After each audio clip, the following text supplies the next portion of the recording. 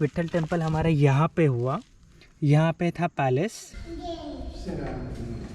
हाँ है वो देखो वहाँ पे पानी है ना, वो पानी में देखो बुड़बुड़े आ रहे हैं ना, ये तुंगभद्रा नदी का पानी है। So friends, welcome back to family Karwa. तो नई जगह के साथ नई वीडियो में आप लोगों का बहुत बहुत स्वागत है। ब्रिक केव, पंपा सरोवर और बाली गुफा, उस जगह पे अभी हम लोग करने वाले हैं विजिट। सो फ्रेंड्स, अभी मैंने आपको जैसे बताया था ना कि हम लोग पंपा सरोवर, शबरी केव और बाली गुफा, सो ये तीनों भी जो है ना वो एक ही जगह पे है, जहाँ पे हनुमान जी ने शबरी और श्री राम जी की भेंट करवाई थी। वो जगह ये है, शबरी की गुफा, वो सब यहाँ पे हमें देखने को मिलेगा। ये है लक्ष्मी जी का मंदिर। सो अभी सबसे पहले हम लक्ष्मी जी के मंदिर में दर्शन करके आएंगे।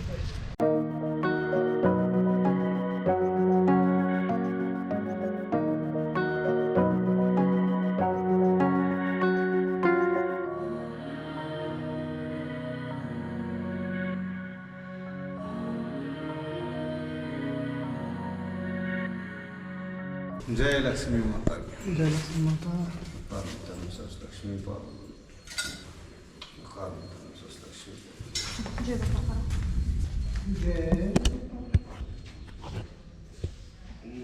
श्री राम। जय श्री राम। श्री राम। शिव जी का मंदिर, वहाँ पे माता लक्ष्मी का मंदिर है, यहाँ पे शिव जी का मंदिर है। पूरा पत्थर में काम किया हुआ है इसका।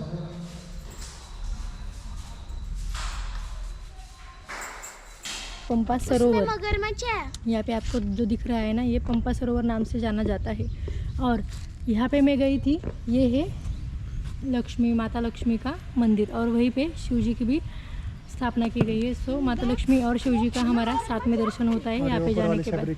क्या भैया आपको पता है इस वाटर पार्क में, इस वाटर पूल में है ना मगरमच्छ है। सच में? हाँ, यहाँ पे बोर्ड दिया गया है ना, उसमें लिखा है कि यहाँ पे सच में मगरमच्छ है। अभी सच में मुझे दिखाई नहीं दे रही, लेकिन हाँ है वो देखो वहाँ पे पानी है ना, वो पानी में देखो बुड़बुड़े आ रहे हैं ना। नज़दीक नहीं जाएंगे, यही से देखेंगे।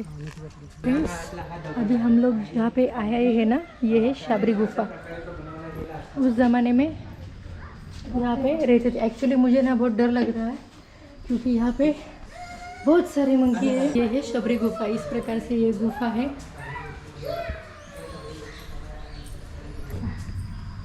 आपको दिखाई दे रही है, ये है गुफा। उस ज़माने में यहाँ पे श्री राम जी और शबरी की भेंट करवाई थी हनुमान जी ने। शबरी गुफा देख सकते हो आप। अंधेरा है, मुझे पता नहीं कितना क्लियर दिखाई दे रहा है, मुझे डर भी लग रहा है मंकी ना आ जाए कहीं। ये देखिए, ये गुफा है, इधर से उनका दर्शन लेंगे हम। और देखिए यहाँ से सामने का व्यू कितना सुंदर दिखाई दे रहा है। आप क्या बताओगे अमोल इस बारे में?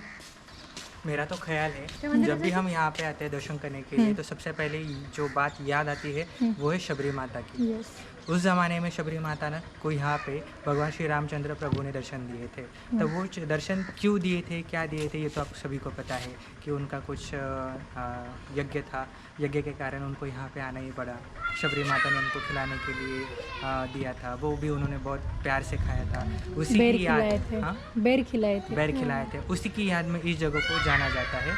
अभी हम लोगों ने आपको दिखाया है माता लक्ष्मी और शिव जी का मंदिर और शबरी की गुफा एंड पंपा सरोवर।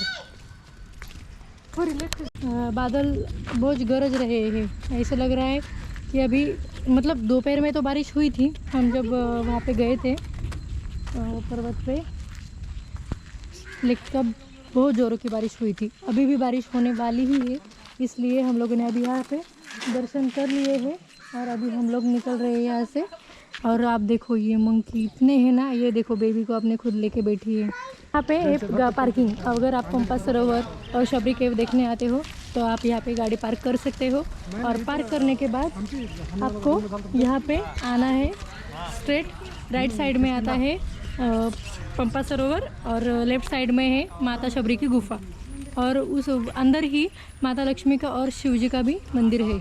तो मैं आपको सभी को इंसिस्ट करूंगा कि आप जब भी यहाँ पे आओ इस मंदिर को दर्शन करने के लिए यहाँ पे विजिट ज़रूर करो। ठीक है, भूलना मत। और यहाँ पे आने के बाद एक सेफ्टी हमेशा ध्यान में रखना, बंदर यहाँ पे बहुत ज़्यादा है। थोड़ा खाने सा पीने की चीज़, हाँ, खाने पीने की चीज़ें भी आपको साथ में कैरी करनी पड़ेगी। यहाँ पे खाने के लिए आपको कुछ भी नहीं मिलता है और जो मिलेगा आपको थोड़ा सा कॉस्टली मिलेगा, क्योंकि ऑब्वियसली यहाँ पे थोड़ा सा लैक ऑफ फूड्स है, तो यहाँ पे थोड़ा सा कॉस्ट तो है। चलो ठीक है, अब हम चलते हैं आगे के डेस्टिनेशन के लिए। आज मैं एक ऐसी इंपॉर्टेंट जगह पे आया हूँ जिसके बारे में मैं आपको बताना चाहूँगा। ये जगह ऐसी है, ऋषमुख नाम से जानी जाती है। एक ऋषि के यानी कि एक ऋषि उनके दिए हुए श्राप के कारण इस एरिया को, इस गुफा को ऋषमुख ऋषि के नाम से जाना जाता है। और जब बाली और सुग्रीव इन दोनों के बीच में युद्ध हुआ, युद्ध होने के बाद जब सुग्रीव उनके बीच में उनको जीत नहीं पाए थे सुग्रीव, तो सुग्रीव ने क्या किया, वहाँ से भागने के बाद यहाँ पे चिपके रहने लगे। तो मैं आपको ये बात बताना चाहूँगा कि आज हम जिस प्लेस पे आए हैं वो है सुग्रीव गुफा। जब उस ज़माने में बाली ने कहीं पे युद्ध किया होगा, उस युद्ध के कुछ रक्त के बूंद इन ऋषि के तप करते टाइम उनके शरीर पर गिरे थे, जिससे क्रोधित होने के बाद ऋषि ने उनको श्राप दिया था कि अगर आप यहाँ पे आओगे, यानी कि बाली को श्राप दिया था कि अगर आप इस नगरी में आओगे तो आपकी मृत्यु ज़रूर होगी। तो इसीलिए बाली इस नगर में आता नहीं था।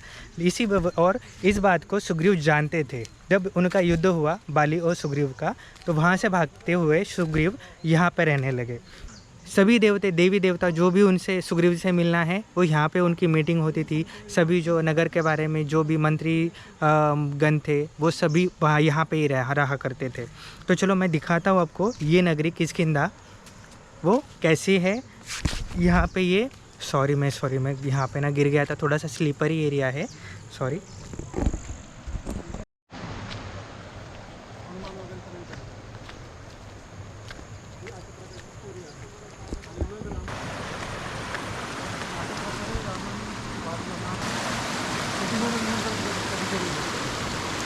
तो पानी देख रहे हैं ना, इस तरफ से आ रहा है, देखो इस तरफ से ही आ रहा है। ये तुंगभद्रा नदी का पानी है। कौन सी नदी? तुंगभद्रा नदी। वो तो उधर थी। हाँ, वही नदी यहाँ पे आती है। जो रामायण हुआ था, जो माँ सीता को बचाने का प्लानिंग हुआ था, वो प्लानिंग भी इसी जगह से हुआ था। और सुग्रीव ने यहाँ से ही वचन दिया था प्रभु श्री रामचंद्र को कि मैं सीता माँ को लाने के लिए आपकी मदद करूँगा। गुफा देखने के लिए आता है ना, तो यहाँ पे हमें 2 शिलाएँ दिखती है। उन शिलाओं के अंदर कुछ लिखा हुआ है। कवि पुरंदरदास नाम के जो कर्नाटक में कवि थे, जिन्होंने संस्कृत में भी कुछ काव्य रचना करी है। पुरंदरदास 15वीं शताब्दी के वैष्णव हरिदास या कवि संत थे जो कृष्ण के भक्त हुआ करते थे। वे द्वैत सिद्धांत के दार्शनिक व्यास तीर्थ के शिष्य थे। ठीक है, पुरंदरदास कर्नाटक संगीत के आरंभिक प्रवर्तकों में से एक माने जाते थे। उनकी अधिकांश रचनाएं कन्नड़ में भी है और कुछ एक संस्कृत में भी है, ऐसा माना जाता है। ये आप सामने देख रहे हो ना, ये 60 स्तंभ बने हुए थे, उसमें से कुछ एक अभी गिर गए हैं। मंडप के अंदर तंबोरा बजाते हुए पुरंदरदास की एक छोटी सी मूर्ति भी हुआ करती थी, अभी भी है शायद से। कहा जाता है कि पुरंदरदास ने पूरे विजयनगर साम्राज्य की यात्रा करी थी और कृष्णदेवराय के दरबार में भी गाया था। वे जीवन के अपने आखिरी दिनों में हम्पी में रहते थे और इस मंडप में बैठकर भक्ति संगीत की रचना और गायन किया करते थे। इस विट्ठल टेम्पल हमारा यहाँ पे हुआ। यहाँ पे था पैलेस, जो कि किंग रहते थे यहाँ पे। जैसे हम ऊपर आते चंद्रमौलेश्वर मंदिर के अंदर, यहाँ पे हमें ये मंदिर थोड़ा सा ढलान थोड़ा सा लग रहा है हमें यहाँ पे। चंद्रमौलेश्वर मंदिर 15वीं शताब्दी का अतुलनीय शाही वीते चंद्रमौलेश्वर मंदिर ऋषिमुख में स्थित पाया गया। इस स्थान का उल्लेख रामायण में भी किया गया है। यह मंदिर संगमा काल के बाद का माना जाता है। चलो यहाँ से अभी अंदर जाते हैं।